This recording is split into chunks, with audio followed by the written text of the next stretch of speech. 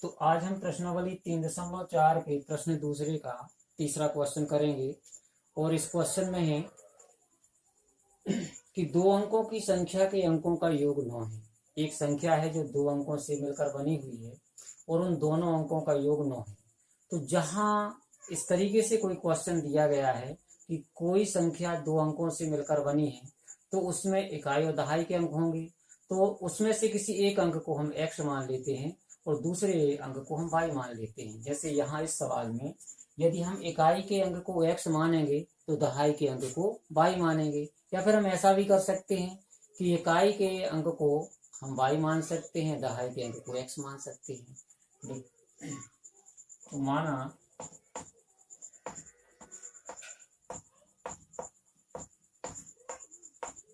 इकाई का अंक x है तथा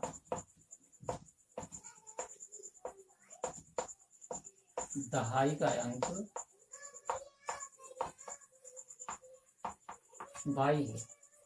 इकाई के अंक को x मान लिया तो दहाई का अंक क्या हो गया, y हो गया।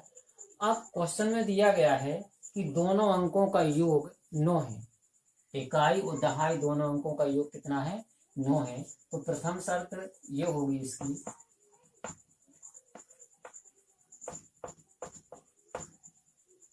x प्लस वाई, ये हो गया दोनों अंकों का योग कितना है, 9।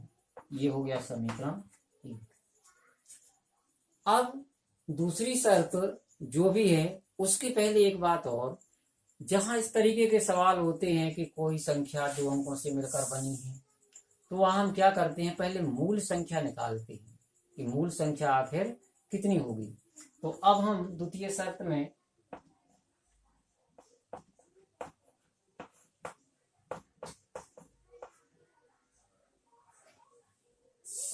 मूल संख्या निकालना पहले।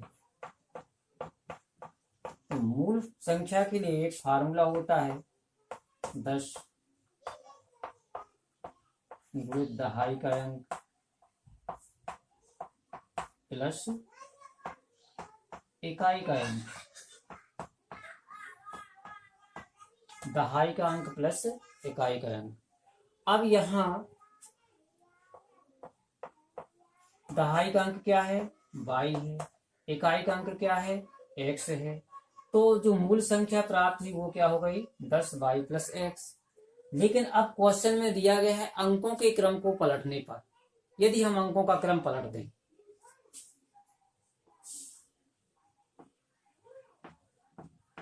अंकों का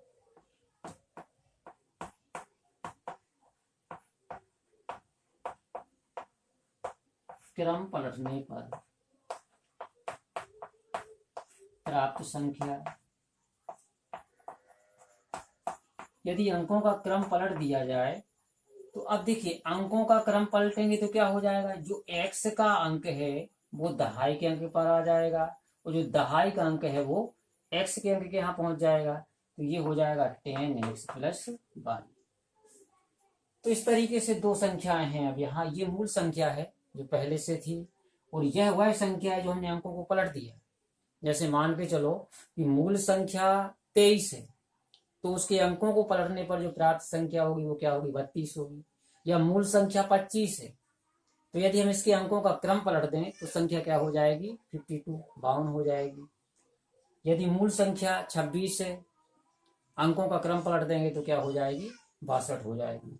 तो ये यहाँ ये मूल संख्या है और ये क्या है, अंकों को पलटने पर जो संख्या में प्राप्त होती है वह है। अब इसके आगे जो क्वेश्चन में दिया गया है उसको हम करेंगे।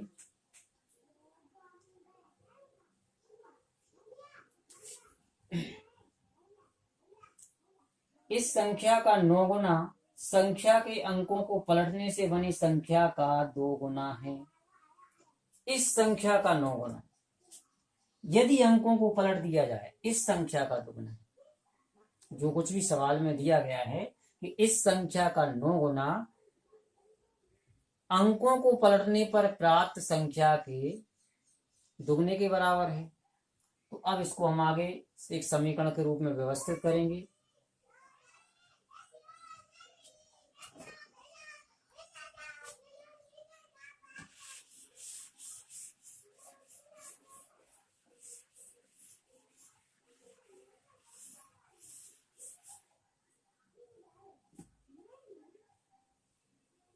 तो ये मूल संख्या क्या हुई 10y प्लस एक्स,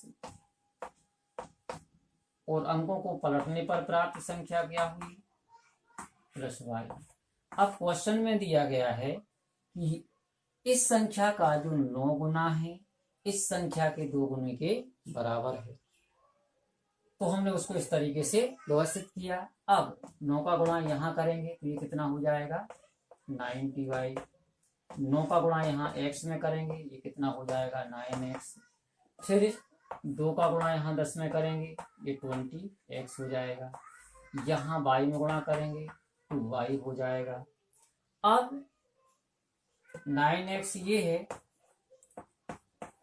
इस संख्या को इस तरफ लाएंगे 20x, x को x के पास, तो ये जो 20 है यहाँ प्लस का है, इस तरफ आकर क्या हो जाएगा माइनस का हो जाएगा। इसी प्रकार यहाँ से y वाली संख्या क्या है 90y ये है। अब प्लस 2y को इस तरफ लाएंगे तो ये भी क्या हो जाएगा माइनस का हो जाएगा। अब जो सजातीय पद होंगे वो आपस में जुड़ेंगे घटेंगे, इनके चिन्ह अलग अलग हैं, असमान संख्याएं, असमान चिन्हों वाली संख्याएं हैं। तो 20 में से हम यहाँ 9 को माइनस करेंगे कितना बचेगा 11x, और चिन्ह कौन सा आएगा बड़ी संख्या का। इसी प्रकार यहाँ पर 90 में से 2 माइनस करेंगे तो कितना बचेगा प्लस 88y इक्वल टू 0। बड़ी संख्या का चिन्ह यहाँ पर आएगा इसलिए हमने यहाँ प्लस किया। तो दूसरा समीकरण हमें ये प्राप्त हो गया 0। अब थोड़ा सा एक और काम यहाँ किया जा सकता है, मतलब इस समीकरण को थोड़ा और कम कर सकते हैं। 11 और 88 ये दोनों ही ऐसे हैं, इन दोनों संख्या में यदि हम 11 का भाग दे दें तो ये जो समीकरण है जो दूसरा बनने वाला है ये कम हो जाएगा, गुणा भाग के हिसाब से फिर कैसा हो जाएगा कम।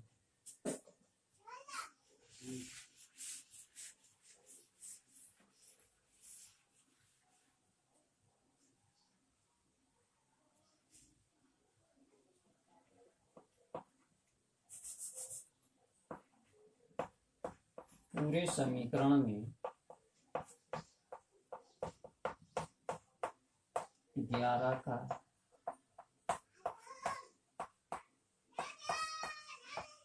गुणा करने पर भाग करने पर, यहाँ हम भाग करेंगे -x बचेगा, यहाँ 11 का भाग देंगे 8y बचेगा, यहाँ 11 का भाग करेंगे 0 ही रहेगा, और ये हो गया समीकरण 2। तो समीकरण 1 हमें जो प्राप्त हुआ था वो था x plus y equal to 9, वो समीकरण 1 था। और यहाँ जो समीकरण प्राप्त हुआ है -x plus 8y equal to 0, तो इसको हम करेंगे इस तरीके से, और इसको अब हम आगे करेंगे।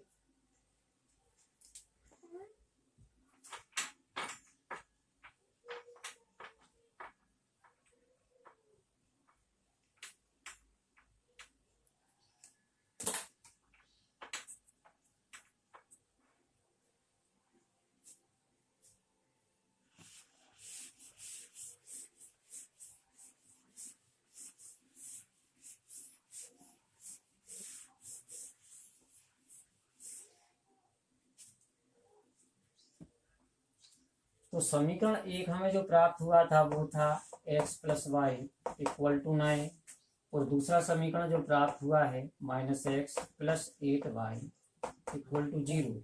तो अब यहाँ पर इन संख्याओं में इसके पहले हमने क्या करते थे y के गुणांक का इसमें गुणा करते थे, और यहाँ जो दूसरे समीकरण में y है इस गुणांक का गुणा समीकरण 1 में करते थे। लेकिन यहाँ पर वैसा ना करके इस तरीके से करना ज्यादा उपयुक्त रहेगा, क्योंकि x और x संख्या पहले से ही बराबर हैं और ये यहाँ कैंसिल भी हो रही हैं, तो हम यहाँ इन गुणांकों को बराबर ना करें, वो एक अनावश्यक चीज हो जाएगी। क्योंकि ये यदि x पहले से कैंसिल हो रहा है तो हम इसे भी कर सकते हैं। तो इस समीकरण को यहीं से सॉल्व करें।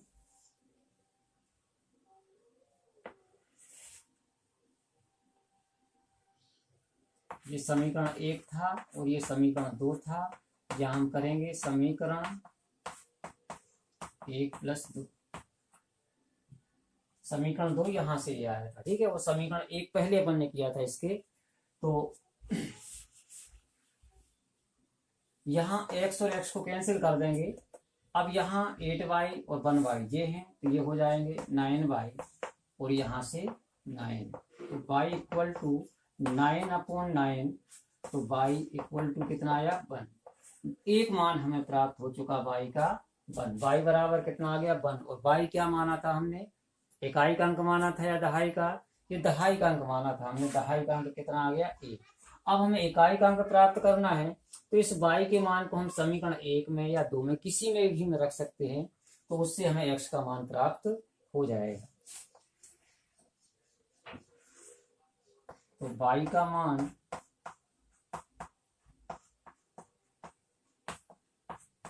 समीकरण 1 में रखने पर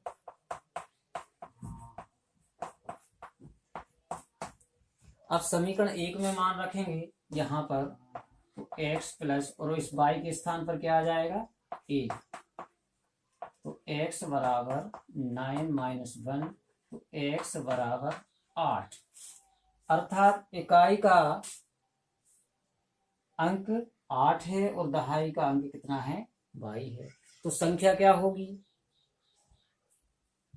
8 को इकाई पे रखेंगे y और एक जो है वो दहाई पे 18 प्राप्त होगा। उसको उस तरीके से भी निकाल सकते हैं, मूल संख्या 10 गुणित दहाई का अंक प्लस इकाई का अंक, उस तरीके से मान रखते हुए हम इसको निकाल सकते हैं।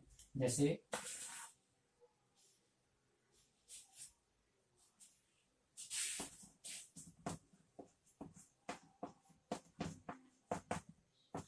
दस गुणित दहाई का अंक क्या है 1 है, इकाई का अंक 8 है,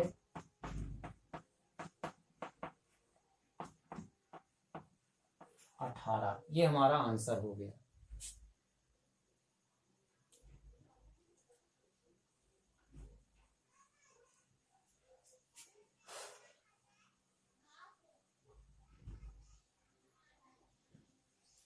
चलिए अब हम इसका चौथा क्वेश्चन देखते हैं। मीना 2000 रुपये निकालने के लिए बैंक गई। उसने खजांची से 50 रुपये तथा 100 रुपये के नोट देने के लिए कही। अब यहाँ पर x और y लेने के लिए हमारे पास दो चीजें हैं, 50 रुपये के नोट और 100 रुपये के नोट। तो हम इस चौथे क्वेश्चन में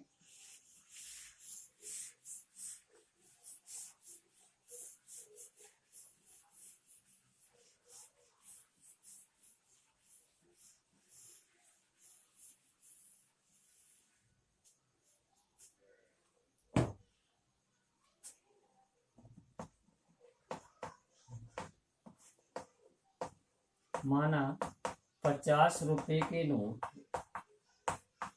x हैं तथा 100 रुपये के नोट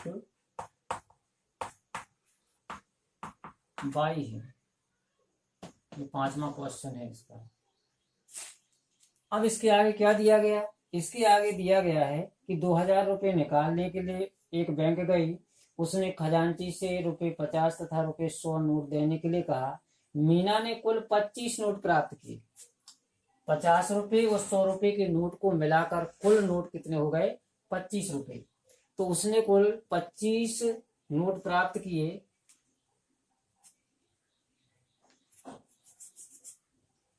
तो प्रथम शर्त होगी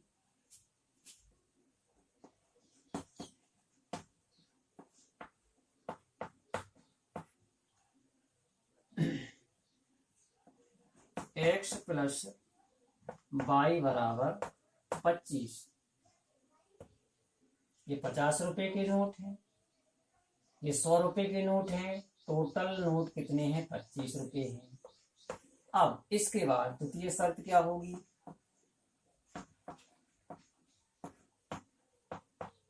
तो जो सेकंड कंडीशन है, सेकंड कंडीशन इसकी ये है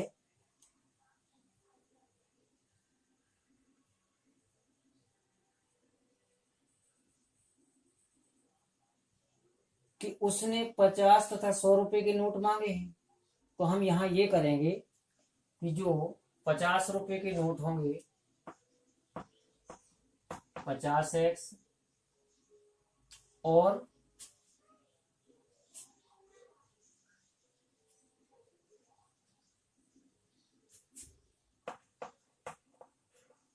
ये टोटल कितने हो जाते 2000। अब इस संख्या को थोड़ा हम कम कर सकते, जैसे 5 10 का भाग देंगे तो 0 0 कैंसिल हो जाएंगे। अभी भी भाग जा सकता है 5 का, यहाँ 5 का भाग जाएगा, यहाँ 5 दूनी 10 हो जाएगा, 5 चौके 20 तो यहाँ 40 आ जाएगा। तो इस तरीके से यदि हम इस पूरे समीकरण में 5 का भाग दे दें तो यहाँ से x बचेगा, यहाँ से 2y बचेगा और यहाँ से 40। ये हुआ समीकरण दूसरा। अब इसको विलोपन प्रतिस्थापन सब मेथड हैं, पहले कर चुके हैं। अब इन दोनों को सॉल्व करें यदि हम, तो समीकरण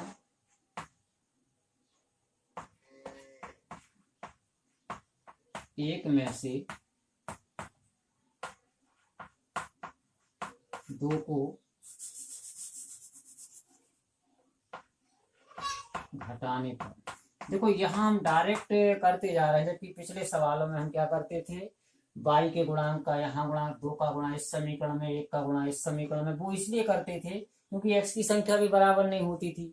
लेकिन अभी हमने जो 2 सवाल किए हैं इसमें x पहले ही से गुणांक बराबर है, ठीक है। तो ज्यादा उलझी हुई मेथड पर ना चलकर जो तरीका सरल है हम उस तरीके से इसको करते हैं।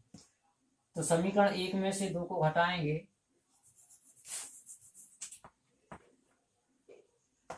तो x प्लस वाई बराबर 25 और x प्लस 2y बराबर 40।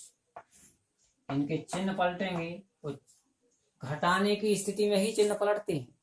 तो अब यहाँ क्या होगा, x और x कैंसिल, 2y में से एक y को माइनस करेंगे तो माइनस y बराबर, यहाँ 40 में से 25 माइनस होंगे तो माइनस 15, दोनों तरफ के y कैंसिल होंगे तो y बराबर 15 आएगा। तो यहाँ एक मान हमें प्राप्त हो गया y का, कि y बराबर क्या प्राप्त हो गया 15।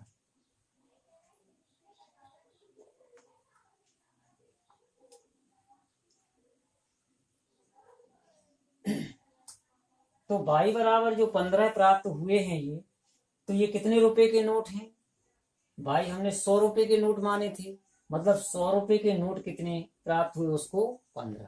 अब हमें ये निकालना है कि 50 रुपए के नोट उसे कितने प्राप्त हुए, 50 रुपए के नोट कितने प्राप्त हुए, अब हम ये निकालेंगे। तो इस y का मान हम समीकरण 1 में या 2 में, दोनों में से किसी में भी रख सकते हैं, और उसके बाद हमें x का मान प्राप्त हो जाएगा, और जो x का मान प्राप्त होगा वही होंगे उसके 50 रुपए।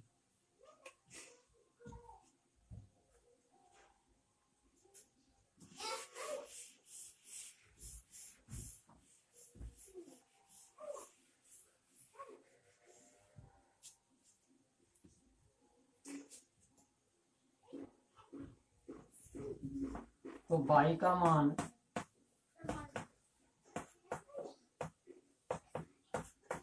समीकरण 1 में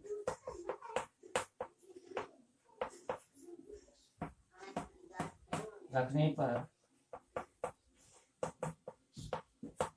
समीकरण 1 ये था और y कितना आया 15।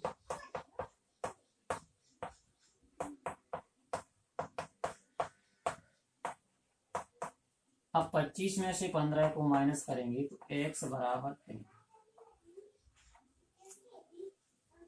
मतलब 15 नोट प्राप्त हुए उसको 50-50 रुपए के, और 10 नोट प्राप्त हुए 100-100 रुपए के।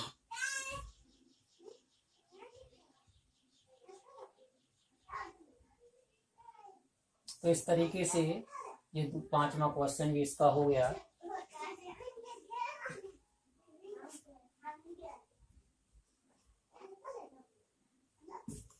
तो आज ये 2 क्वेश्चन ही करते हैं, अगला क्वेश्चन जो होगा इसका वो अगले वीडियो में करेंगे।